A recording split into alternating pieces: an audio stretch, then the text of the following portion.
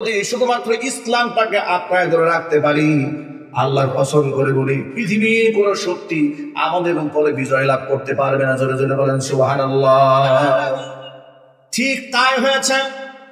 জীর্ণ শীর্ণ পোশাকে ফিলিস্তিনের মাটিতে আমিরুল মুমিনিন যখন হাজির হয়েছে, সবে মাত্র সাথে একজন মাত্র খাদেম সাথে নিয়ে গেছেন। আল্লাহু আকবার বলেন। কয়জন? জোরে বলেন। একজন। উটের রশিদে ধরে খাদেম টেনেছে। হযরত ওমর বসে আছে উটের উপরে সওয়ার হয়ে। আবার খাদেম যখন ক্লান্ত হয়েছে, খাদেমকে উটের উপরে সওয়ার করে দিয়েছে, হযরত ওমর রশি ধরে টেনেছে।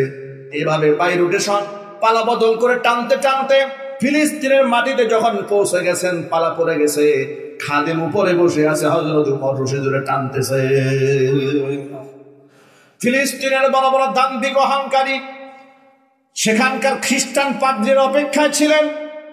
উমর রাদিয়াল্লাহু তাআলা আনহু হযরত, যিনি আমিরুল মুমিনিন খলিফাতুল মুসলিমিন, তার সাথে তারা বৈঠক করবেন, আতাত করবেন, সন্ধি চুক্তি করবেন এক নজর দেখার জন্য। আশ্চর্যের ব্যাপার, উটের উপর সওয়ার হয়ে যারা আছেন, যিনি আছেন, তার সাথে সাহাবীদের কুশলাদি বিনিময় তেমন হচ্ছে না। যিনি উটের রশি ধরে টেনে আসলেন, সবাই তাকে সালাম দিচ্ছে, মুসাফা করছে, হালচাল জিজ্ঞেস করছে। মুসলমানেরা খ্রিস্টান পাদ্রীরা মুসলিমদের জিজ্ঞেস করলো, আচ্ছা তোমাদের খলিফাকে যে রাখাল, যে খাদেম রশি টেনে আনলো, তাকে নিয়ে তোমার সব ব্যস্ত হয়ে পড়েছ, কিন্তু যিনি বসে আছেন তার কোনো খোঁজখবর তোমরা নিলে না।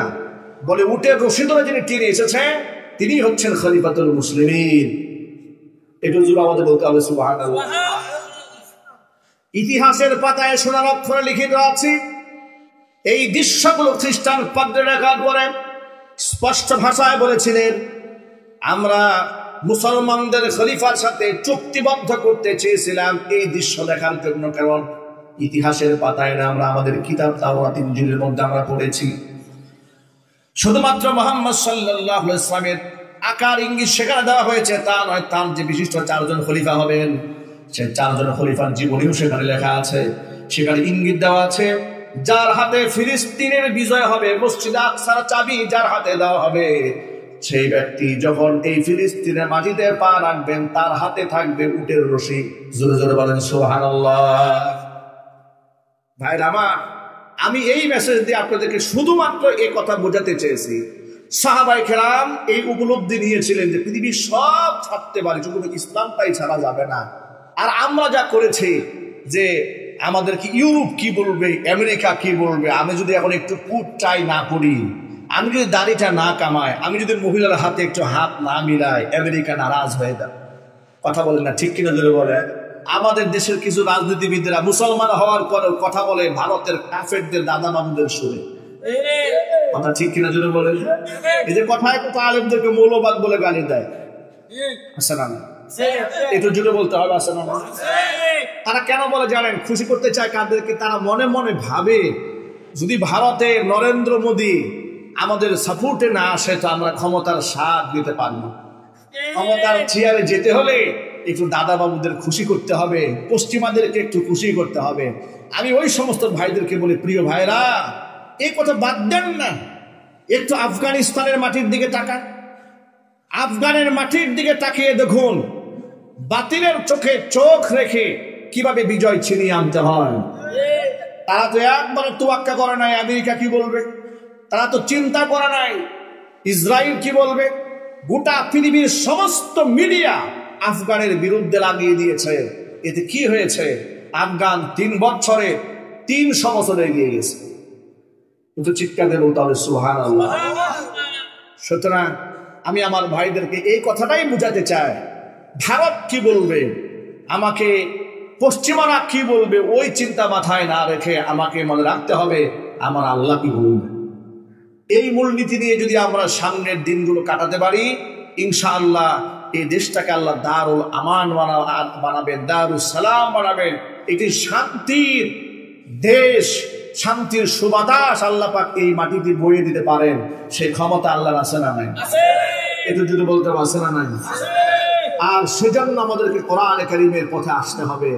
আল্লাহর কোরআন দিয়ে দেশ, সমাজ, রাষ্ট্রকে পরিচালনা করার স্বপ্ন দেখতে হবে। কিছু এক ভাই দেখলাম কয়েকদিন আগে বলছেন নিজের দলের কর্মীদেরকে, দেখুন মোল্লাদের কথায় কান দিবেন না, কারণ মোল্লারা কোরআন দিয়ে দেশ চালাতে চায়। তো এই দেশে খ্রিস্টানরা বসবাস করে, হিন্দুরা বসবাস করে। কোরআন যদি সংবিধান হয়ে যায় তো কোরআনের আইন অনুযায়ী নামাজ পড়তে হবে 5 ওয়াক্ত। তো হিন্দুরা তখন করবে এটা কি? দেখছেন কি বুঝা বুঝছে আল্লাহ কোরআন শরীফে, কত বুঝা বুঝেছে। বলছে মোল্লাদের কথায় কান দিয়ে না, বিপদ হয়ে যাবে, হিন্দুরা বিপদে পড়বে, খ্রিস্টানরা বিপদে পড়বে। কারণ কোরআন তো বলছে বেপর্দা মহিলা রাস্তায় বের হতে পারবে না। এই যে হিন্দুরা যে আছে ওরা কষ্ট করবে কি? মাথা নষ্ট হয়ে গেছে, বুদ্ধিজীবীর মাথা নষ্ট হয়ে গেছে, পাগল এই কথা বুঝে নাই। আল্লাহ রাব্বুল আলামিন এই কোরআন শরীফে শুধুমাত্র মুসলমানদের অধিকার নিয়ে কথা বলেননি, বিশ্ব মানবতার মুক্তির জন্য আল্লাহ রাব্বুল আলামিন এই কোরআন মাজিদে যত প্রকারের তত্ত্ব উপাত্ত দরকার, আহকামাত দরকার, বিধিবিধান দরকার, এক কথায় কোরআন মাজিদের মধ্যে আল্লাহ পাক সৃষ্টি কুলের সর্বশ্রেষ্ঠ সমাধান দান করেছেন। জোরে কোন সুবহানাল্লাহ। আমি আপনাদের কাছে ছোট্ট একটা প্রশ্ন করে জবাব দিবেন, কোরআনে কি জুলুম আছে? বেইনসাফ আছে? পার্সিয়ালিটি আছে? স্বজন প্রীতি আছে? আজকে বাংলাদেশে স্বজন প্রীতি নাই? একটু যদি বলতে হবে। ঘুষ বাণিজ্য নাই? অনেকে মনে করেন যে জুলাই আগস্টে দেশ স্বাধীন হয়ে গেছে, দেশে সব জুলুম বন্ধ হয়ে গেছে। কি জুলুম বন্ধ হয়েছে? চাঁদাবাজ বিদায় হয়েছে? সন্ত্রাস বিদায় হয়েছে? টেন্ডারবাজি আছে না নাই? দেশ থেকে টাকা পাচার বন্ধ হয়েছে? বন্ধ হয়নি। দুর্নীতি বন্ধ হয়েছে? বন্ধ হয়নি। কারণ হচ্ছে যে সরিষা দিয়ে আপনি ভূত তাড়াবেন, সরিষার মধ্যে ভূত ঢুকছে। যে বেড়া দিয়েছেন ছাগলে যেন ক্ষেত না খায়, বেড়ায় ক্ষেত খাওয়া শুরু করেছে। যে আইন শৃঙ্খলা রক্ষাকারী বাহিনী দেখে আপনি আইন সুশৃঙ্খল রাখবেন, সে আইন শৃঙ্খলা রক্ষাকারী বাহিনী প্রকাশ্যে বেআইনি কর্মকাণ্ড শুরু করে দিয়েছে। কথা ঠিক না ঠিক জন্য বলে। এই জন্য গোটা রাষ্ট্রে একটা আমূল পরিবর্তন সাধন হওয়া দরকার। সংবিধান পরিবর্তনের কথা বললে কিছু লোকেরা খুব কষ্ট পান, যে না এটা পরিবর্তন করা যাবে না। তাদের ভাবসাব দেখে মনে হয় ওই সংবিধানটা জিবরাইল নিয়ে আসছে, যেটা ওহি পরিবর্তন করা যাবে না। কিন্তু আবার নিজেরাই কিন্তু সময় মতো পরিবর্তন করে। কথা বলে ঠিক না? বলে শুধু সংবিধান না, সুবিধা মতো আইনও পরিবর্তন করেন। কাদের মোল্লাকে ফাঁসি দিতে গিয়ে এদেশে আর নতুন করে আইন সংশোধন করা হয় নাই। এর মানে যদি তারা কাউরে মারতে চায় আইন পরিবর্তন করবে, কিন্তু তাকে মেরে ছাড়বে। যদি ক্ষমতাকে মস্তককে কুক্ষিগত রাখতে মনে চায়, প্রয়োজনে সংবিধানকে পরিবর্তন করে সারা জীবন ক্ষমতার মস্তক ধরে রাখার চেষ্টা করবে।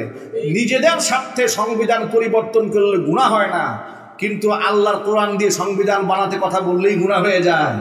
এর দ্বারা খুব স্পষ্ট প্রমাণ হয় ওদের অ্যালার্জি সংবিধানে নয়, ওদের অ্যালার্জি আল্লাহর কোরআনে।